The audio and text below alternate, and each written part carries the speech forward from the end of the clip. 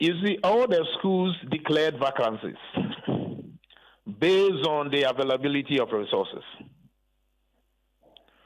So if a school declare to take about 1,000 students, then it means the 1,000 students, maybe the school will tell us that the 1,000 students, 700 will be boarders and 300 day students. Then it means there is available bed for the 700 students. Now, but I've heard heads who are complaining that although they have made that declaration, the students that they are asked to admit go beyond the number of beds available. In fact, a headmaster confided in me over the weekend, Mr. Boateng, and said to me that if care is not taken, some students would have to sleep on the floor as there are no bunk beds for them. In that case, they have to let us know. They have to let us know so that we'll do something about it. Do you know about the KSTS story where the school students nearly demonstrated a couple of weeks ago because of lack of furniture? We are aware of it, and authorities are working on it. So we have been to the school, and we know the challenges that they are facing, and authorities are working on it. They have been in that situation for so long a time. I know that letters have been written. I mean, the GES has been informed about the challenge of lack of furniture in the school. Now, if such a thing is happening, and yet the students or the heads are admitting the students, then it tells you that students will be admitted and there will not be any furniture for them. Some of the students, I'm told, even at the point in time, had to stand and write.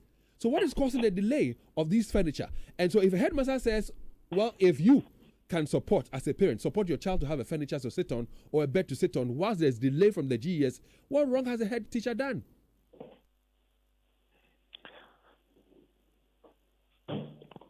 At the moment, what we are saying is that they should stick to the admission process.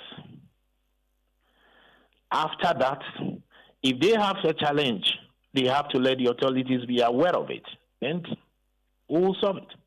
How long does it take for such requests to be met? For example, if a school says, I need about 2,000 chairs, or I need about 500 beds, how long does it take for the school to be supplied those items? You see, the vacancies declared depends on the number of students who exited. The final year students who wrote the WASI. So those children, what kind of furniture were they using there? Possible that these are some of the questions that we need to ask ourselves. If there was no bed, the number of children coming in depends on those vacancies there. That means there are beds there. So is it possible that the heads whom I spoke to, who said there are no beds, it could be that some of the students may have slept on the bare floor, have completed school, have left school, and they are trying to prevent that from happening to new students, freshers. That's what they're trying to do right now. They don't want them to go through the same ordeal.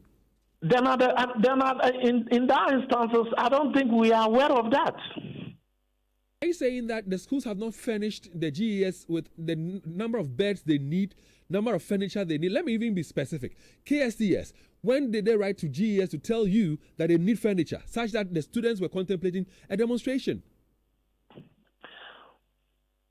Quite recently, there was a needs assessment that was done, and all the senior high schools declared the number of furniture that they need. And that is what I'm saying, that authorities are working on it. And those that are not there will be provided. But at the moment, this is admission process. We want them to admit the students and then talk about the challenges that they face with the authorities, so the solution will be provided. So you keep saying that the GES is working on it. The GES is working on it. While the GES works on it, the heads of these schools do not have these things available in their schools to help the students learn in a very comfortable environment. Mr. Boateng, do you have an idea as to when the KSCS, for example, wrote to the GES requesting for desks? For that one, I don't know. So they have written to the GES, that I can confirm. In as much as we don't know when they wrote the letter to the GES, the concern is the head of this school is still admitting new students. Students that will need furniture to sit on. They don't have it. So how do you expect the heads to run the schools, admitting the students after? No, but what we're saying is that is the provision of furniture part of the prospectus Not that parents are supposed to provide? It's not. That is not part of it. But upon admission, the students will need furniture to sit on, to study, to write, and to do all manner of things with it. No, right now this is admission process. You haven't even admitted a child yet. Mr. Boateng, let's put it So this way. how do you complain about furniture? Mr. Boateng, let's do it this way. So they've already written to the GS requesting for furniture. The furniture has not been supplied to the school. Yeah, they are going through an admission process. So let's say they are done with the admission process, which they didn't take any money for furniture. The fresh students are now in school. How can academic exercise go on? Look, for example, if they are taking money for furniture, is it the school who are doing it, or the PA, or the Parents Association that is doing it? Let's put that aside. So the point is this. They have gone through the exercise, admitting people, students, freshers. They haven't taken any unapproved fees. The students are now students of, let's say, KSTS or any other school. They don't have furniture. Where will these freshers sit and be in class and study? That is what I'm saying, that those things will be provided. At the moment, we don't know the total number that has been admitted. In a school that I will not mention the name of the school, but I know of a school where a child has been sitting on a plastic chair for well over 8 months. In a school in Kumasi, very close to Love FM. 8 months that a fresher who's in Form 1 has been using a plastic chair. That is not ideal for a classroom, studies, is it?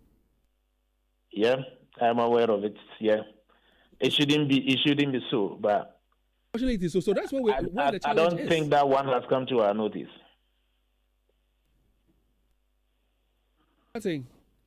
What can you say to schools that are lacking beds or furniture? What assurances can you give to them from the perspective of the GES? That is what I'm saying, that at the moment, this is admission process. They should admit the student. And after that, we know the number of students that have been admitted. Then authorities will do something about it by providing those facilities for them.